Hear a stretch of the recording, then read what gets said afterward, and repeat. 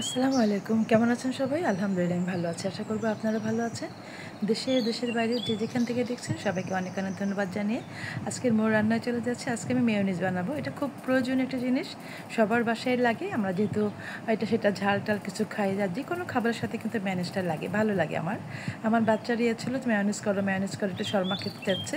এজন্য মেয়োনিজটা করে নিলাম আজকে। দেখেন এখানে আমি দুধ নিয়েছি, চিনি নিয়েছি, রসুন নিয়েছি বড় 3 কোয়া।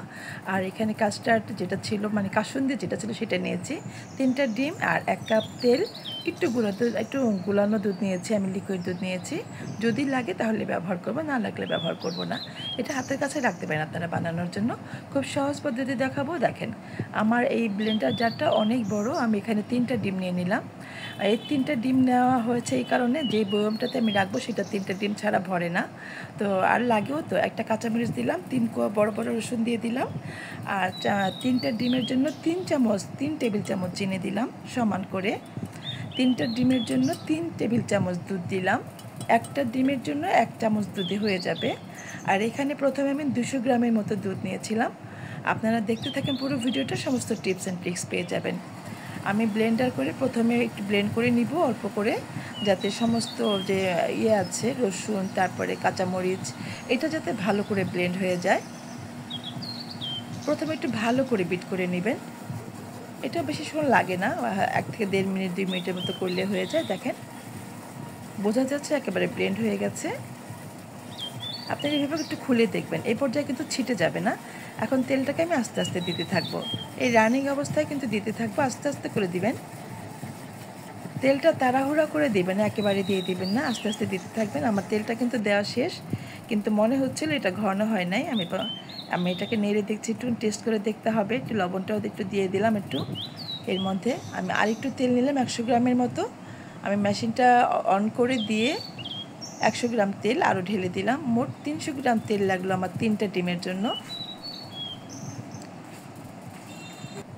দেখেন টেক্সচারটা কেমন হয়েছে, দারুণ হয়েছে টেক্সচারটা।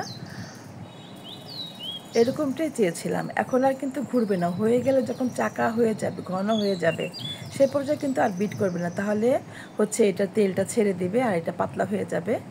মোটামুটি সুন্দর হয়েছে।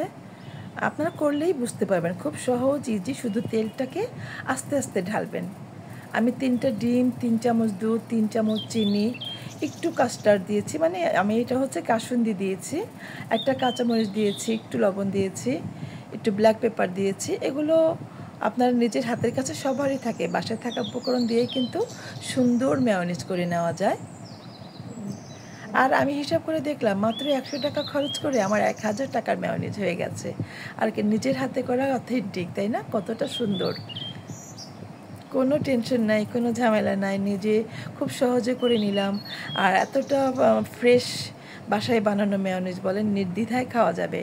বাইরে বানানো খাবারগুলো কিন্তু আসলে ওইভাবে কনফিডেন্ট পাই না আসলে ঠিক ছিল কিনা সব কিছুই। আর কালারটা দেখেন মনের মতো হয়েছে। একটু ওই যে কাস্টার্ড দিলে যেটা হয়, একটু কালারটা একটু ইয়েলো কালার হয়, সুন্দর হয়েছে। আমি বলবো আপনারা এইভাবে সহজে করে খাবেন। আমি আরেকটা বানাবো, এটা শর্মার জন্য।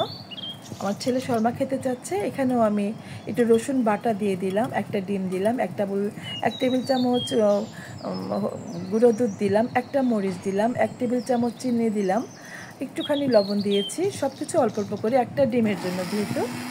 একটা ডিম প্রথমে আমি এটাকে বিট করে নেব। রসুনটা আর হচ্ছে শুকনা কাঁচামরিচ যেটা, এটা একটু ভালো করে ব্লেন্ড করে নিতে হবে। একটু তেল দিয়ে একটু ব্লেন্ড করে নেব। এই পর্যায়ে কিন্তু তেলটা আস্তে আস্তে দিবেন। ব্লেন্ড করা হয়ে যাবার পরে আবারও দেখিয়ে দিচ্ছি, একসাথে 2টা ভিডিও দেখলেন আপনারা, 2টা মেয়োনিজ বানালাম। একই সাথে দুটোই লাগে আসলে। মেয়োনিজের কী বলে, বিকল্প কিছু হয় না। মেয়োনিজ কিন্তু সব কিছু দিয়ে খাওয়া যায়। আমি তো একটু সালাদ বানালো, সালাদের মধ্যে 1 চামচ মেয়োনিজ দিয়ে ভালো করে চটকে তারপরে খাই। সালাদের টেস্ট অনেক বেশি বেড়ে যায়।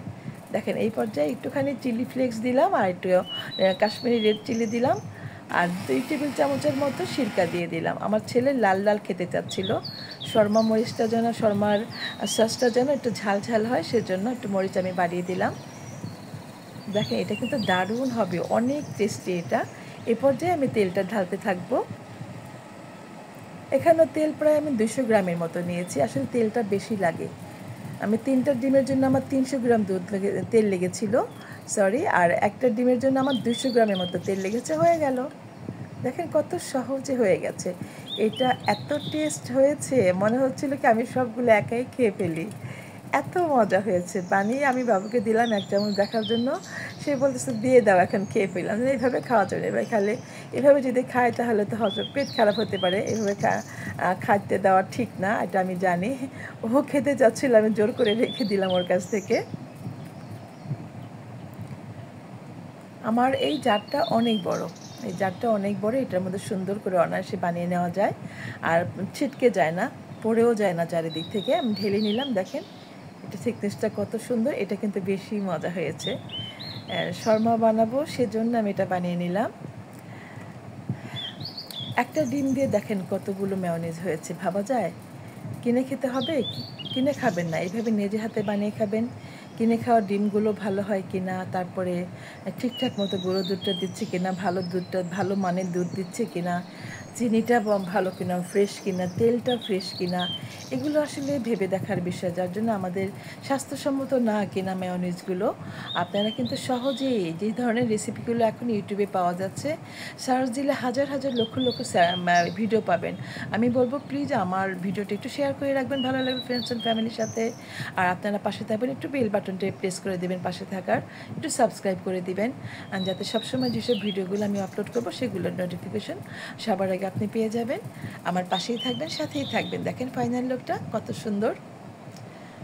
আমি বলবো সবসময় আপনারা আমার পাশে থাকবেন, আমাকে ইন্সপায়ার করবেন ভালো কাজ করার জন্য। আমার এটা কিন্তু আমার নিজের জন্যই বানিয়েছি। আমার বাবু খুব বলছিল মেয়োনিজ বানাও, মেয়োনিজ বানাও, তো আপনাদের সাথে শেয়ার করলাম সেটা। ঘরে থাকা জিনিসগুলো দিয়েই কিন্তু আমরা, সবার বাসায় দুধ, চিনি এটা সবার বাসায় থাকে, তেল সবার বাসায় থাকে, জাস্ট আমাদের নিজের ইচ্ছের উপর ডিপেন্ড করে একটু সুন্দর করে মেয়োনিজ বানিয়ে নিব। যদি 2টা কালার করতে চান তাহলে এই যে এটার মধ্যে সর্ষে দিবেন, একটু মরিচ দিবেন, চিলি ফ্লেক্স দিবেন, ব্যাস হয়ে গেল এটা। যদি আরেকটু অন্য কোনো কালার করতে চান তাহলে ধনে পাতা, পুদিনা পাতা দিবেন, সেটা গ্রিন কালার হবে। বিভিন্ন টেস্টে আপনি আলাদা করে করে করে নিতে পারেন। যদি কফি কালার করতে চান একটু কফি দিয়ে দিবেন। বাচ্চারা যদি চকলেট বা কোনো বার্গার দিয়ে খেতে চায়, কফি যেটা করবেন কফি দিয়ে চকলেট দিয়ে, সেটাও সুন্দর হবে। আপনারা কিন্তু ইচ্ছে করলে নিজেদের মতো করে নিতে পারেন, নিজেদের মতো টেস্ট করে, যে যেমন পছন্দ করেন। দেখেন দুটোই দেখিয়ে দিলাম, কত সুন্দর দেখেন। আমার নিজের কাছেও কিন্তু বড় হয়েছি, তারপর না এগুলো করতে ভালো লাগে এবং খেতেও ভালো লাগে। তো ভিউয়ার্স, খুব অল্প সময়ে 2টা মেয়োনিজ বানিয়ে দেখালাম, যেটা ভালো লাগে আপনারা করে খাবেন। খুব সহজেই ঘরে থাকা উপকরণ দিয়ে করে নেওয়া যায়। তো আজকের ভিডিওটা কেমন ছিল অবশ্যই জানাবেন ছোট্ট করে একটু কমেন্ট করে। দেখা হবে আবার নতুন কোনো ভিডিও, নতুন কোনো রেসিপি নিয়ে। সেই পর্যন্ত সবাই ভালো থাকেন, বিদায় নিচ্ছি আমি মিনা। আবার দেখা হবে নতুন কোনো ভিডিও, নতুন কোনো রেসিপি নিয়ে। দেখেন তো ফাইনাল লুকটা। সবাই ভালো থাকবেন, সবার প্রতি অনেক দোয়া ভালোবাসা দিয়ে শেষ করছি। আল্লাহ হাফেজ।